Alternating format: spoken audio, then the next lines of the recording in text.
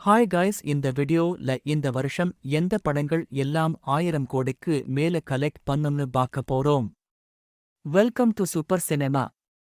போன வருஷம் காந்தாரா 1000 கோடி அடிக்கும்னு எதிர்பார்த்தோம், ஆனா அது அடிக்கல. அப்புறம் அன்எக்ஸ்பெக்டட் துரந்தர் 1000 crores அடிச்சு சம்பவம் பண்ணிச்சு. இந்த வருஷம் பல படங்களுக்கு 1000 crores அடிக்க சான்சஸ் இருக்கு. நம்பர் 1 துரந்தர் 2.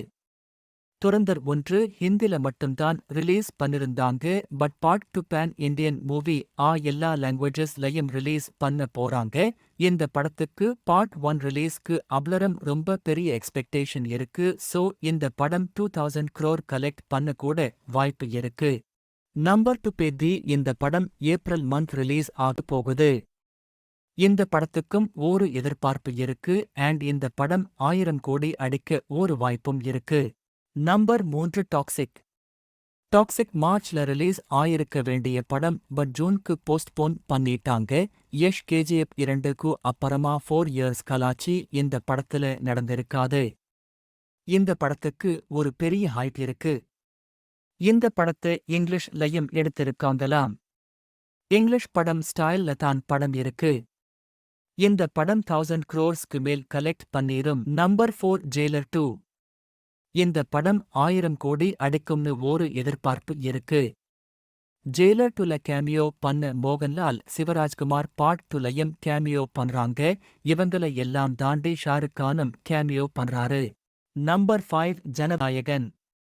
இந்த படம் ஜனவரில ரிலீஸ் ஆயிருக்க வேண்டிய படம்.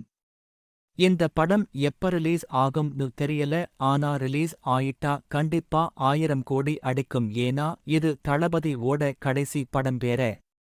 நம்பர் 6 நானி ஓட ஜ பாரடைஸ். இந்த படம் 1000 கோடி அடிக்குமானோ தெரியல, பட் ஒருவேளை இந்த படம் ரொம்ப நல்லா இருந்து பாசிட்டிவ் ரிவ்யூஸ் வந்தா 1000 கோடி அடிக்கும். நம்பர் 7 ராமாயணா. இந்த படத்துல ரன்பீர் கபூர் அண்ட் யஷ் நடிப்புல தீபாவளிக்கு வரப்போகுது.